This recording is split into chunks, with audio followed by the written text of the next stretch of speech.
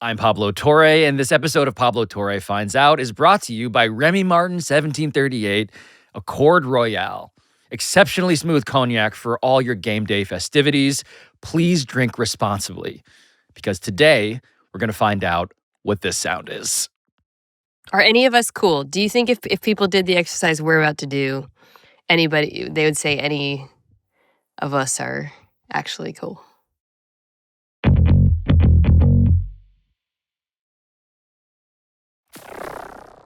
This is a nice around the horn off ramp. I get to hang out with you guys. I'm finding myself missing companionship. I know. Wednesdays is usually when I do around the horn. I was thinking about that actually. As someone who didn't attend the Around the Horn there have been a lot of tributes, I should say, to a show that we owe a lot to. I don't think I went to an Around the Horn conference call in a decade.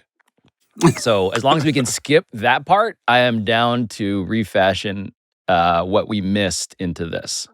Yeah. I don't know when I stopped attending the conference call, but I definitely, Pablo was like the bad example to me. I was like, why am I doing this? Pablo's not doing it. I'm also on West Coast time. This is, by the way, this is how David realizes, oh, I could have not done the conference call. The whole time. I knew the whole time. But, hey, I was like, being a good steward. I'm just look, as we will get into, I'm just the cool guy. I'm Bart Simpson, just skateboarding, spray painting stuff. Are any of us cool? Do you think if people did the exercise we're about to do, they would say any of us are actually cool? Well, we did last gather to do an entire episode about the X-Men animated series reboot. It's cool. So I think it's cool. Doesn't get cooler than that, guys. I think that there are some people out there who think that the three of us are cool. I think there are more people who would laugh at those people. Have you ever been cool? Was there ever a point in your life where you felt like you were cool? Or when did you peak in coolness? Probably like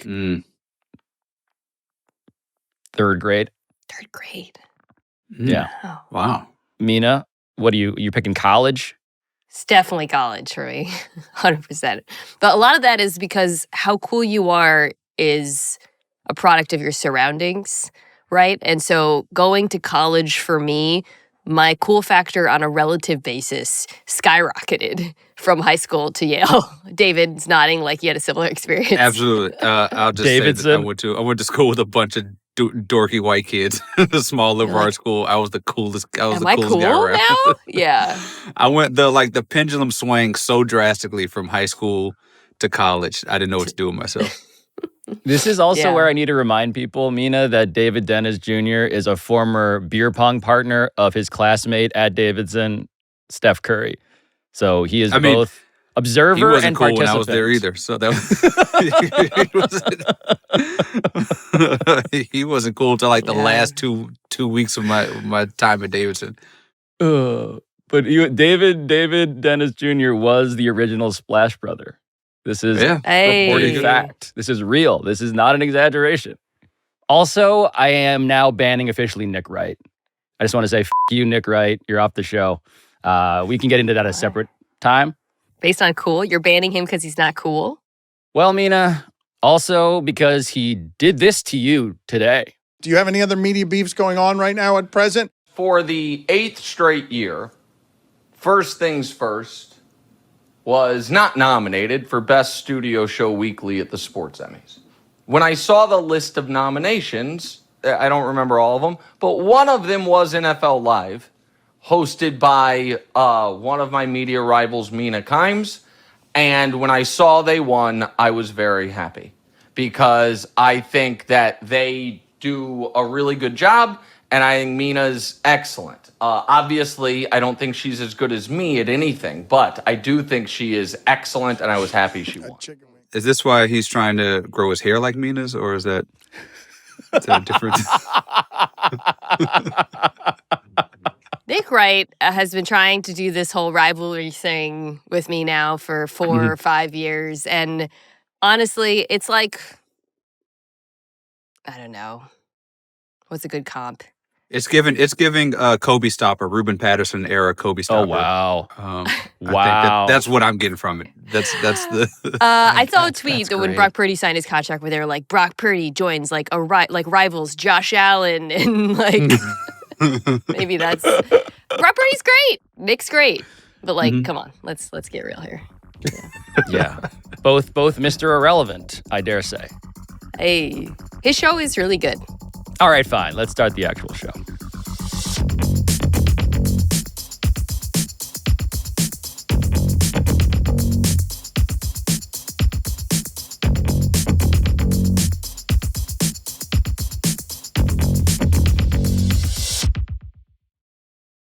So the thing I wanted to start with, guys, is in fact a case study in Cool. And it started on Substack, which is not the coolest place for things to start, but there's an anonymous author who goes by the handle of Sportello, which is, I believe, a reference to Inherent Vice, already setting sort of like the highbrow kind of illusion we know standard we're getting here.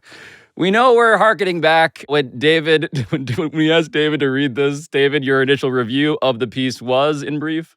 I don't know like half the references that he made in the article. So I had to look up what is what's the vape thing that everybody's doing? Zen. Yeah, the Zen and Zenternet. Yeah. I don't know what that was. I didn't read the cut article that was referenced in there. It was like a subsection of the internet that I'm not familiar with at all. It's, white people have culture too, David. Thank you, Mina. That's sort of where I was. It was a very much all like this is cultures call matter. what it is. All cultures matter. But the thing that got this going viral around the NBA internet, at the very least, was one statement in particular that I think is consensus, and it was articulated thusly, quote, "For as long as I can remember, the NBA has served as a cultural North Star. These NBA playoffs portend a crisis of cool." And he goes on to analyze Jalen Brunson and Tyrese Haliburton and Shai Gilgeous-Alexander, categorizing them as uncool, which I would like us to discuss.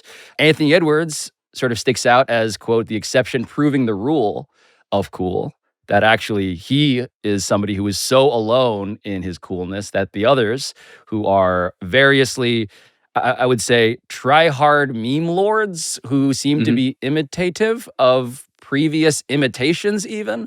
There was a bunch of that. And so I just want to start, Mina, by actually articulating, what do we mean by cool? How do we even define this? Because yes, it is one, I believe, white blogger's opinion that the categories flow as such. But I do think there's something he's getting at here that's worth talking about. So cool is a perfect debate subject because no one can actually define it. Cool is truly in the eye of the beholder. However, when he says something like Tyrese Haliburton and Jalen Brunson are not cool, Anthony Edwards is cool, I imagine we all nodded as we read that because it immediately reads as correct. So starting from that point, it's not just about play. I think we can all agree upon that. There's a certain vibe, what the kids call aura.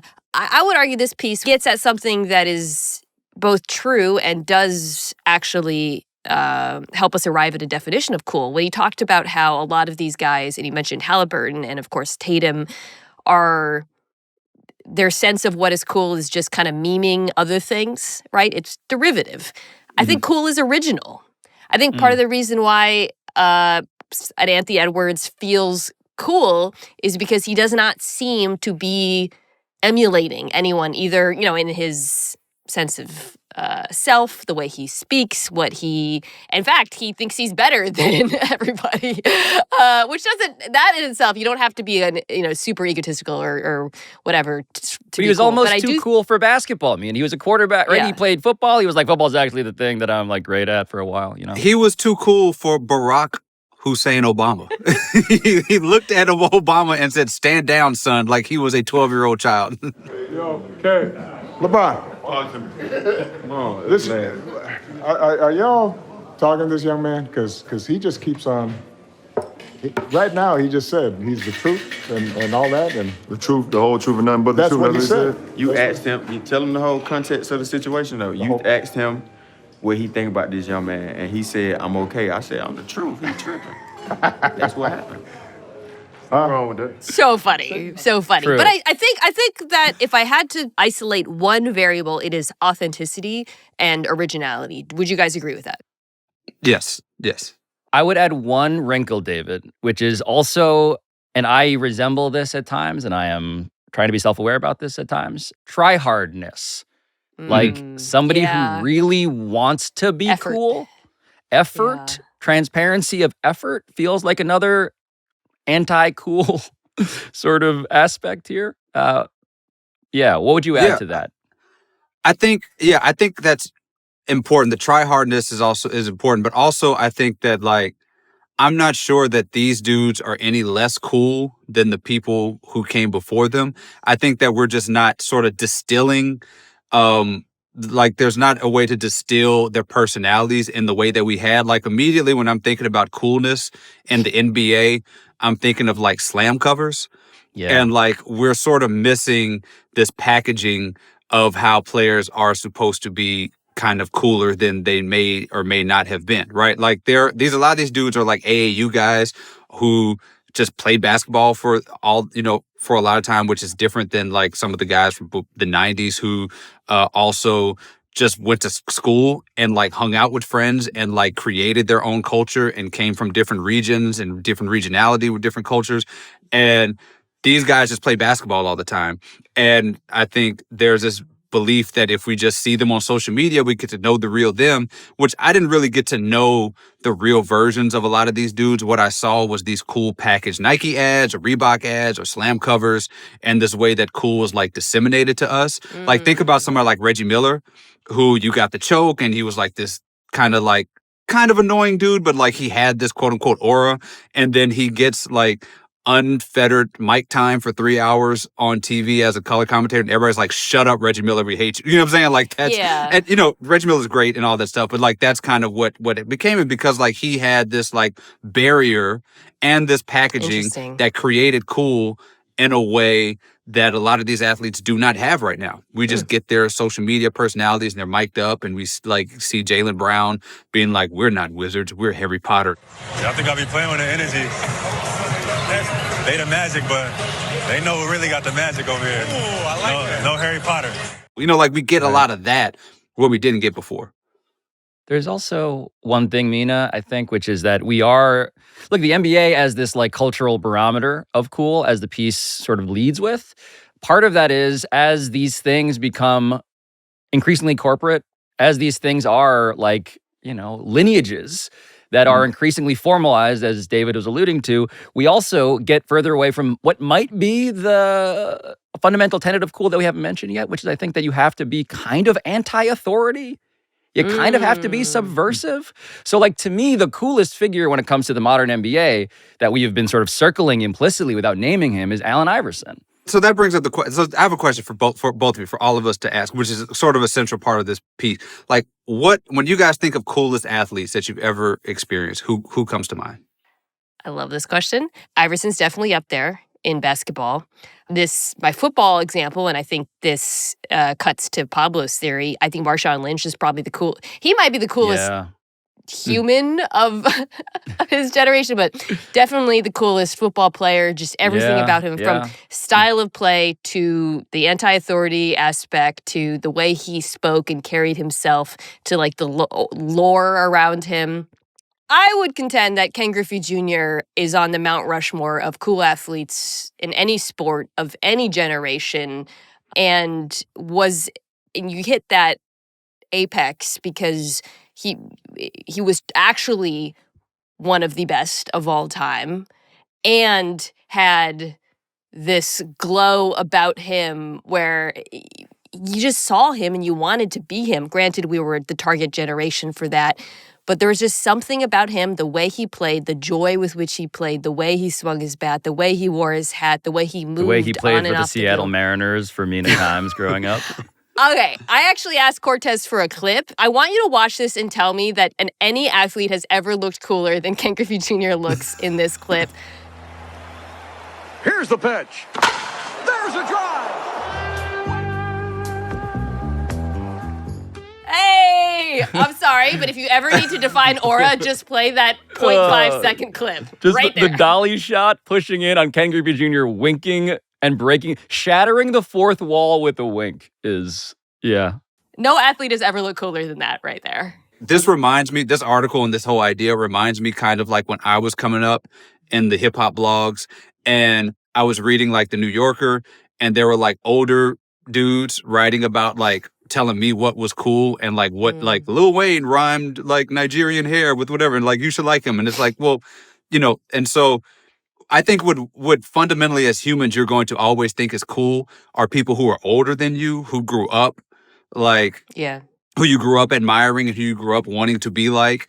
And I think for us as near 40-year-olds, I don't think we can really determine what's cool. Or like none of these athletes are going to be cool. Like I don't think that any 24-year-old is cool. There's not going to be a 24 or 25-year-old that I will ever think is cool ever again. Like my dad is never like, Michael Jordan is cool. He's like Elgin Baylor was the coolest basketball player ever because that's who he wanted to be. Like, I think there's young football players who are cool, actually, David. But to your earlier point, some of that is limited exposure, right? Like we don't really see them as much. They are naturally kept at a little bit of a distance from us. The helmet, they're not as present as basketball players. They don't talk as much. Right.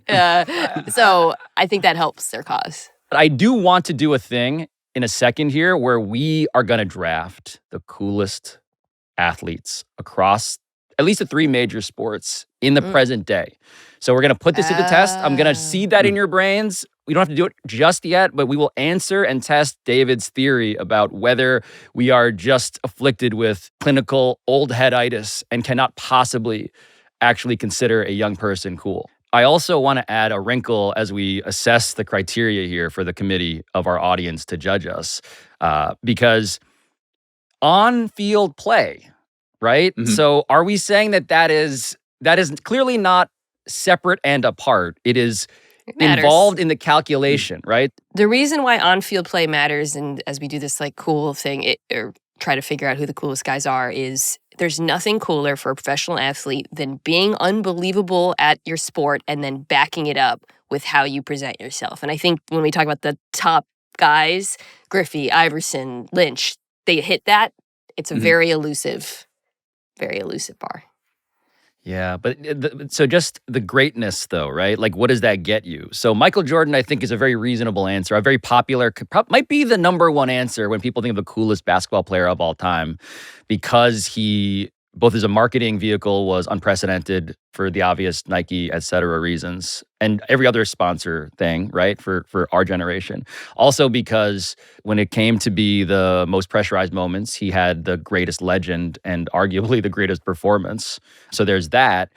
But then we get to, for instance, like to discern a bit of the lineage when it comes to Kobe. I'm like, I think there are lots of people who think that Kobe's cool, but I see an imitation of Michael Jordan. And I'm like, okay, I'm going to dock points for that. I think Kobe was, as great as he was, a legendary tryhard by the time that he became the guy who was branding all of his Mamba stuff. Which is to say that I think the answers to the draft, as we go around in some sort of order, David, there's a I know it when I see it definition, as opposed to like some strict criteria, for better and for worse. Can I dump out a hot take real quick? Please. I'm not sure Michael Jordan was that cool.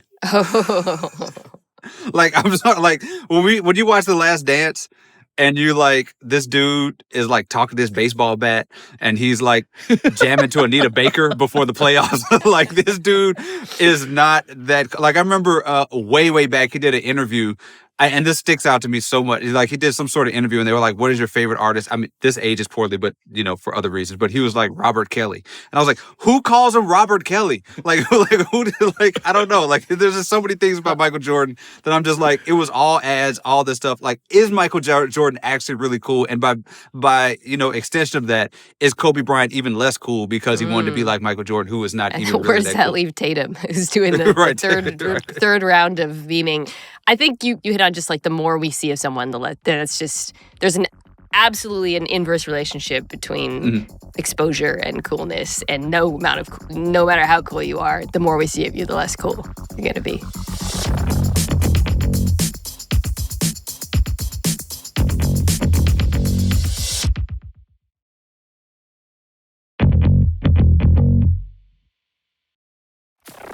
Should we get this draft going? So current players, right? Current athletes. You have to be active. I think we should do coolest player per sport for the 3 biggest sports. So we each pick one. So we're each going to draft our pick for who we think the coolest is. And if someone has drafted them, we cannot take them. And we will show our results at the end. Because I love a draft chart results. So meme. I'm going to say this one, and this is a player who I've gotten a lot of grief from their fan base because I consistently have him behind 2 other quarterbacks in football votes and whatnot. But I think Joe Burrow is incredibly cool. He has the nickname. Right. But he plays cool. He has these like credible big moments. He's ice cold.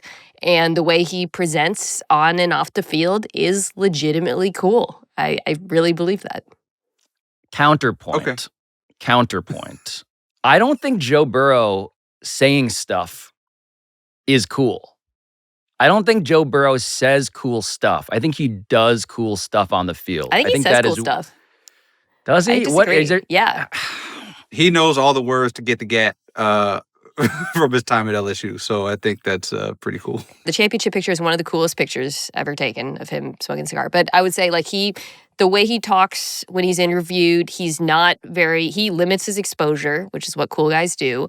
When he speaks, like he puts pressure on his organization to do stuff. He's pretty plain spoken. I think Lamar Jackson is the coolest football player to watch, but I don't think he has enough of a persona for me. So Lamar gets, so I'll go next a second. Lamar has the anti-authority thing going. The fact that he doesn't have a conventional agent, for better and for worse. I don't know if that's cool in the classic sense, but it's sort of like a f you to the way that like football and business tends to operate. Sure. So the case for Lamar is strong, but I think I'm going to go Jalen Hurts. Oh, terrible choice. David. David. Horrible choice. David. Tell me where I'm wrong. Pablo. Okay, you go. Mina, go. Go for it. I don't know. Can I use the word unk, first of all? I need a ruling from my compatriot here. Jalen Hurts, I think, is an amazing person, and I'm a huge fan of his in a million different ways, but he is not cool. Like, he dresses and acts like a 45-year-old man. He's not. He leans in to 90s fine. Like, that is his whole personality. Like, he is living single era fine man. So far, I'm waiting for the problem. I remain waiting for the problem. That, again, I grew up thinking that's what cool looks like. Have you heard him in interviews? He speaks in cliches. He speaks in like football talk. He has the ultimate. It's funny because he just did something that you could say it was anti-authority. So that's what I'm thinking about. Yeah, but for the most part, the man, when he was in college, I believe, said he related to Nick Saban. Okay, that's uncool. I think that's pretty. I think I didn't have that in my Oppo research file. The thing that helps Jalen Hurts is that now he stands next to Saquon Barkley for the rest of the season, and by virtue of that, he is going to be the coolest dude because he is an anti-Saquon Barkley, and I think that that's going to elevate him way further than he would have been otherwise. The thing that'll get Jalen Hurts, that the test is, and I don't know how this has not happened yet. How has he not gone through the Jennifer Hudson tunnel yet? Because he has good management who will not reveal that to the world. That's going to make or break him. When he goes through that tunnel, we'll see what kind of cool. Football players have gone through that tunnel, right? No, I don't think we have one yet. He's going to go through that tunnel. Oh, my God. Hold on. There's a reference I'm going to pull out and Google. Have you guys thought about what you would do if you had to go through the tunnel? First off, that is a show that I only know, of course, because of the tunnel. I don't know what else happens on the Jennifer Hudson show. I assume good stuff happens. I just know it as the tunnel. I did see recently Randall Park go through the tunnel.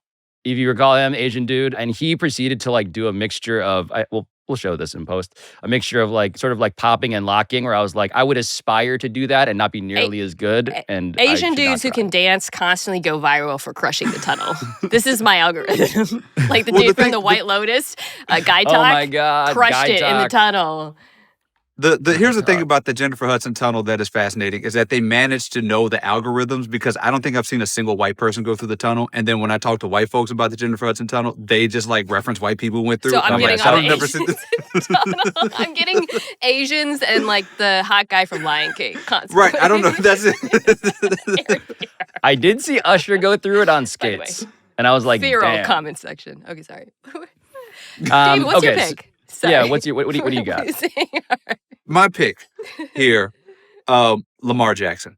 Okay, just like I was thankful that you guys had picked Lamar Jackson. I love Lamar Jackson just because I think there's also this like unfiltered interview that like is part of it, and also he has an unfair advantage. His name is Lamar Jackson. Like it's like come on, and then like. Style of play gets him like 95% of the way there because he is clearly the coolest.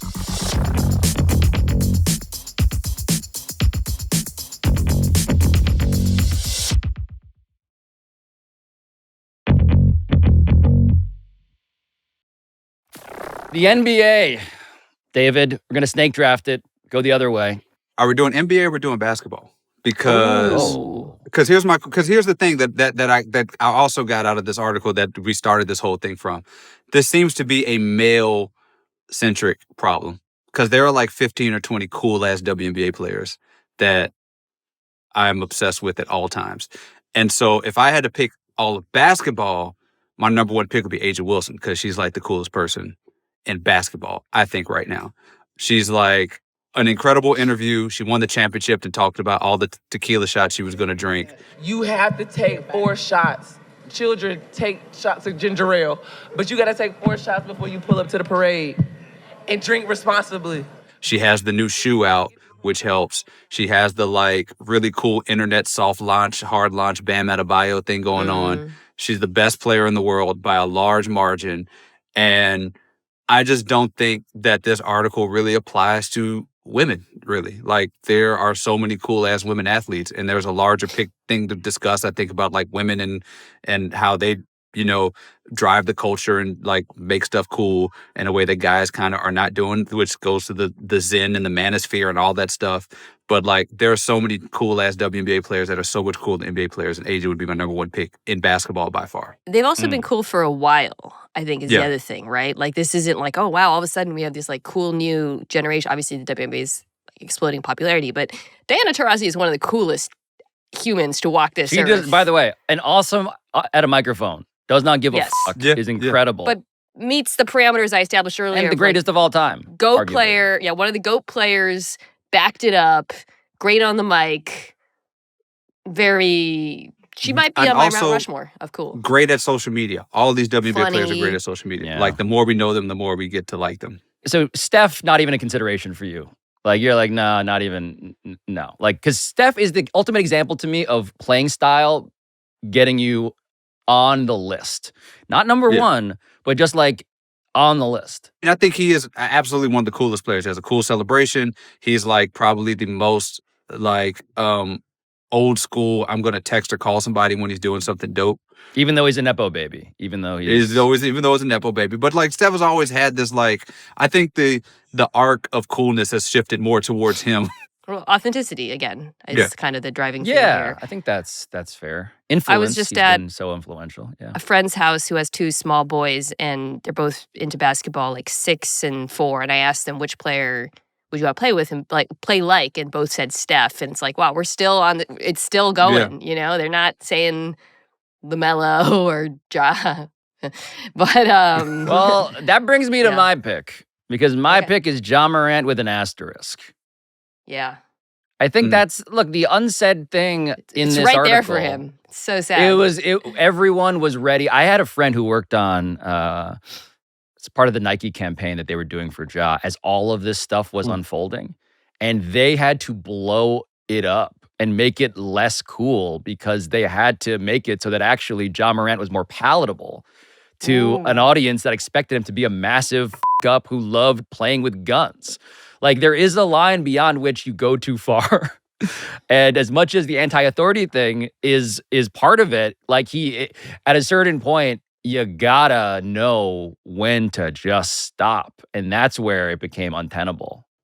I think Ja Morant is fine, guys. Like, I just think that, like, if he played better, it'd be fine. Like, like if he came back and was healthy and they had like deep playoff runs, like I just don't think you're gonna get a whole bunch of people who are just gonna get too upset about like people liking guns in this country. You know what I'm saying? Like, this dude is, like I people just have think forgotten that, like, and forgiven way worse in all these sports we're talking about. Exactly. And like, we're not gonna finger wag at a dude and his love of guns and the bad, and there's a lot more. It's more complicated and complex than that. It's more like, can you stay on the court? Is my concern. Right. I think if he came back from this thing and the Grizzlies, or if the Grizzlies are playing now, for instance, right, and he's playing in the conference finals, I think he's fine. And like, whatever, you lose your Nike campaign, whatever, I think he's still in a point where he's one of the coolest dudes ever. The problem is you're still doing this like anti-authority celebration when you're not like that good or good enough to warrant it right now. It also, I think that's probably the big problem. I do think the anti-authority aspect of him, he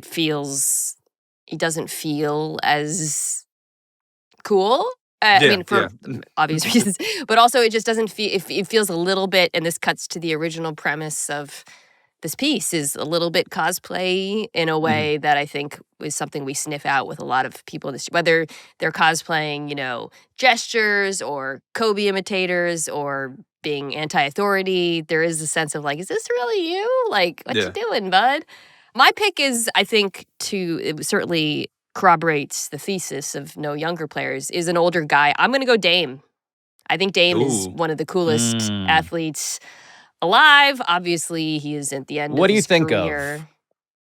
I think of the hardest NBA photo, one of them of all time, which is the game winner OKC looking at the camera. I mean, I know I said earlier that no one has looked ever cooler than Griffey, but like, I was gonna say, Mina has a clear thing for who she thinks is cool. It's looking into a camera. If you do something cool and look straight into a camera, you're probably cool. But David, that photo, I mean, come on. It's also another great celebration. Yeah, another great and the very, very rare accomplishment of being an athlete who raps and people still respect you. Like, that's one thing that is hard. That usually docks off a ton of points if you're trying to rap. But he got Lil Wayne on his album. I am also realizing a lot of my picks are really handsome guys, which also like does make you cooler. I mean, I picked AJ Wilson, so I get it. Samesies. I mean, Jalen Hurts, guys, is clearly a beautiful person. Yeah, he is. Beautiful, objectively beautiful person. Okay, so baseball. Are we ready to move on to baseball, or any other takes we want to get off? One side brief postscript take about the NBA. Because, David, you were hinting at this before, and Mina as well. Like, as much as the current generation of NBA players might be starving for cool in the way that bloggers and others will approve of, if you go through, like, is LeBron cool? LeBron's like an iPhone. Like, he's he's like too much of a monolith. It's like Taylor Swift, Like, it's too big to be cool. He's a literal corporation who is also trying very hard at all times. But if you just go through the list of like Kawhi Leonard, LeBron James, James Harden, Anthony Davis, Kevin Durant, Paul George, I'm going through just like all NBA caliber guys. It's not like we have been dealing with a bumper crop of the previous generation where it's like, man, those guys check all the boxes, I mean, we can get into second apron and players moving around and stuff like that. But I think a lot of the players that we all thought were the coolest were not necessarily the best players in the game, right? Yeah, Rasheed Wallace. There's the Rasheed Wallace. There's like, like J.R. Ryder and the between the legs dunk, or like, Gary Payton, who was all NBA, but was never like the best player in the world. He was just a cool ass player. Baron Davis, Steve Francis, like those type of dudes were always really cool. And we loved them. We collected their basketball cards. We like did all this stuff that we loved about them. The Clippers, the like Quentin Q. Rich Clippers and all that, Darius Miles and them. Like, those are people that we loved that were not necessarily the best in the world. And I think that like it's kind of shortens our list and like the potential for who we're going to pick if we're only looking at all NBA players. That's never always been the case about who we think is great. And it's also good to note that like we did have a draft and neither one of us really picked an NBA player. Like, we kind of picked like a Dame who's not going to play, and AJ Wilson who's not in the league, and Ja who's like the guy's argument checks out. Fair point. David, like it does. Our picks kind of illustrate it for him. Baseball's very top heavy. I mean, I think the question... Do I get to pick first? Mina goes first, and there is a question that I'm wondering if she will ask out loud as she makes her first pick. Well, there's two guys, I think, who are clearly the two coolest guys in baseball. That's how I feel. So I'm deciding between the two of them. I'm taking Mookie here. Mm-hmm. He's just so cool. He is a joy he's an amazing player. He's a joy to watch. He seems like a legitimately awesome dude, but he's funny, and he, to me, is the closest thing in spirit to Griffey in this generation. He's also really good at bowling, and I want to unpack whether that makes him cool or not, because he is like a professional caliber bowler. He's bowled a perfect 300. Another wildly attractive person. And he knows to keep that hat on, He's playing the right sport. That's true. I am taking only hotties. I wanted to take, speaking of hotties, Julio Rodriguez, but I can't. The homer allegations would be too strong. Are we saying definitively, because Mina brought us to the team in question, like Shohei Ohtani not cool? I think he's cool.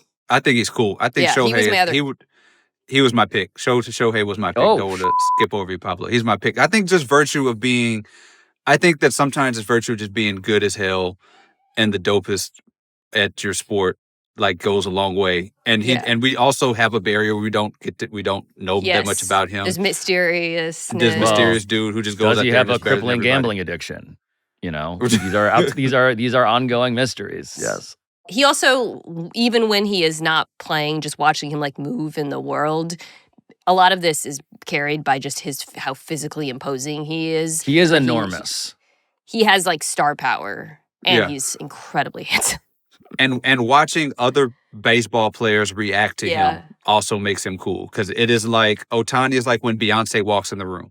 Yeah. Right. People are in awe of the sound that the ball makes off his bat. People are in awe of his physical stature. People are in awe that he can do any of this. He also is, I think, to the earlier point, like so private that it creates this aura of its own. Being private is cool. I think we're learning that too. Like being less online on some level actually does in this era. It creates the intrigue that I think rates as cool. I think I got to go with, I'm looking up his age right now to invalidate David's theory about how we can't really respect young people as we continue to draft some young people. I'm going Ellie De La Cruz. Very cool player. He's not like, again, household name necessarily, but he should be if you like baseball in any vague way. He stole a zillion bases. He had I think it was 25 and 65 was the first shortstop to ever do it. And that dude playing in the Cincinnati region, I'm like, I think that feels like conventional, like that's just an all-time athlete doing cool stuff, and I select him. Aaron Judge, not cool? I want to say... What's the difference between an Aaron Judge and a... Yeah. I think there's there's almost like a parallel to like sneaker sales to me, where like the guys who are too large aren't as cool. Like no one's really, the big man, Aaron Judge is too large, I think, to be cool. Jazz Chisholm, though, on the Yankees is cool and has like, speed and flair and all that stuff. This actually connects to Steph and Dame, and being small and being really, really good, elite at a sport is a real fast track to being cool, because there's like an underdog aspect to it that instantly makes you cool. And just the style of play, like crossing people over lends itself to more like acrobatics. Like the people I mentioned, Baron Davis, Steve Francis, those guys, like we grew up loving those dudes. Like point guards are just going to lend themselves to being cool 9 times out of 10. Is Jokic cool? Is Nikola Jokic, who, Mina's shaking your head no, immediately.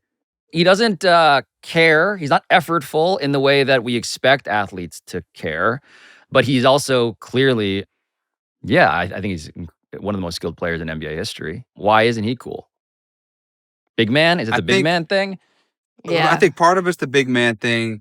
Part of it, I think, is that I don't think people, as superficial as it sounds, I don't think people aspire to look like him. I think there's like this feeling of, he shows up to work.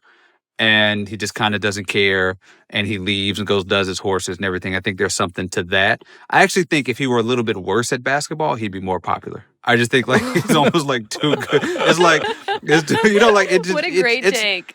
Because I think like when I think about like Shaq, right? Like Shaq, one of the things about Shaq that was so relatable to me, especially like, is that this dude was dominant, but you always felt like he could be a little better if he just didn't want to like break dance and rap and DJ as much. But like he kind of wanted to break dance and rap and DJ a little bit more. So it'd be like if Jokic were a little bit worse, it'd be like this dude cares so much about horses that he's in a movie. Right, right. Yeah, if Jokic were a little bit worse, he'd be more popular. He's just too good to be popular. So I want to recap what we've done here today. In the NFL, the 3 coolest players as appointed by the 3 of us. Number 1, Mina Kimes, took Joe Burrow. Number 2, I took Jalen Hurts with, and in parentheses, I want next to it, with Kangol. Kangol is essential. And number 3, David Dennis Jr. took Lamar Jackson. What did we do for the NBA? Who remembers what we did? Oh, David, right. It was David Dennis Jr. number 1, Aja Wilson. Me, number 2, John Morant, asterisk. Number 3. Your picks have asterisk. My picks are great so far.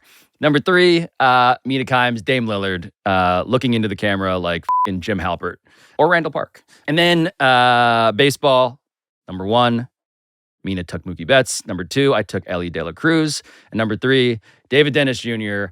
took Shohei Ohtani. Shohei Ohtani.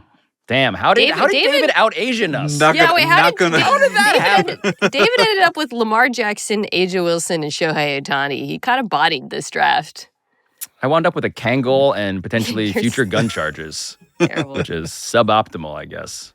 Yeah, I want the graphics to have each of the names by our, who we picked, and so that it could be in graphic immortality that I spoke to you guys in this draft.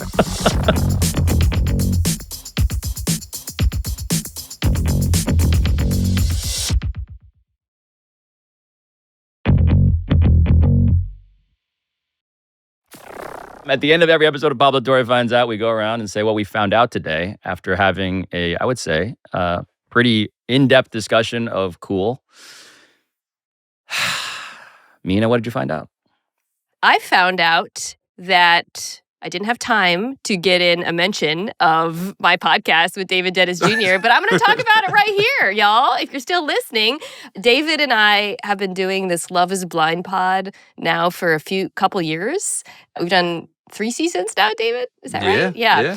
And it's a YouTube show, and it became a podcast, and we enjoyed doing it so much that we are expanding into a ongoing general TV and entertainment show, which you can watch on youtube.com/@Mina Kimes, or you can subscribe to. The new name of the show is Viewer Discretion with Mina Kimes and David Dennis Jr. Thank you. I like that. The first show we will be recapping is the upcoming season of Love Island, but we are going to be doing non-reality shows, romantic shows as well. However, Love Island, really last season was one of the greatest seasons of reality television ever made. For those who don't know, Odell Beckham Jr.'s brother won. What? So, cool. Yeah. An absolute cool dude. What's cool his person. name? Actually extremely what's his cool. name? Cordell Beckham, who's now kind of more famous than OBJ in certain circles. But anyways, go check it out. Viewer discretion. You can just look up my name. You can look up David's name and give us a subscribe, rate, and review. What I found out, David, is that Mina also showed up to today's episode of Pablo Torre Finds Out with multiple clips. And so there is a clip from, I believe, one of the reality shows in question that Cortez could not be more excited about, and I have no idea what this is. So I'm about to find out right now. Do you ever get told you look like a celebrity? Yeah. Do you? I do. I do too. All the time on the plane, I get one person. And it's just because I have dark hair and blue eyes. Ooh. But I don't see it. So don't get excited. Say it. What's he writing down in that notebook? I don't even know if it's MGK's wife or his girlfriend. Oh, no. Megan Fox? You saying you look like Megan Fox? It's just because I have light eyes and dark hair. That's the only reason. There's nothing else. At least I'm assuming so. I mean, Listen, can we get married? buddy. What'd you say? So I guess I should. It has been whispered into my ear because I didn't realize this until Rob whispered it. They can't see each other at that point. Yeah, because there is a wall that's the whole blind. Propose to Megan Fox. Yeah. Yes. And so I am told now reliably we have the reveal when they can see. Oh God. Oh no. Oh no. Sort of like hit on looks, but Not for you.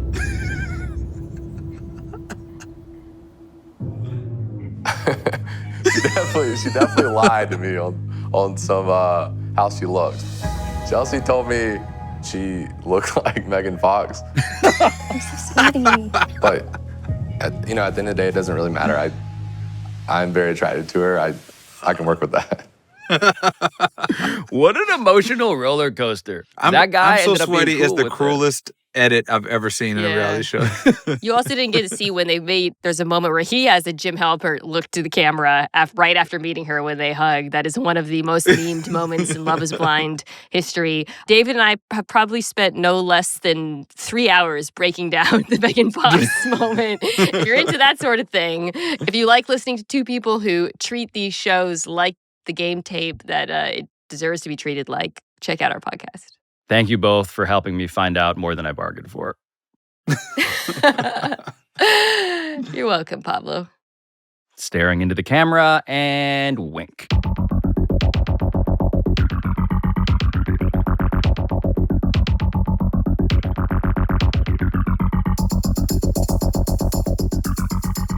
Pablo Torre Finds Out is produced by Walter Avaroma, Ryan Cortez, Sam Daywig, Juan Galindo, Patrick Kim, Neely Lohman, Rob McRae, Rachel Miller-Howard, Carl Scott, Matt Sullivan, Claire Taylor, Chris Tuminello, and Juliet Warren.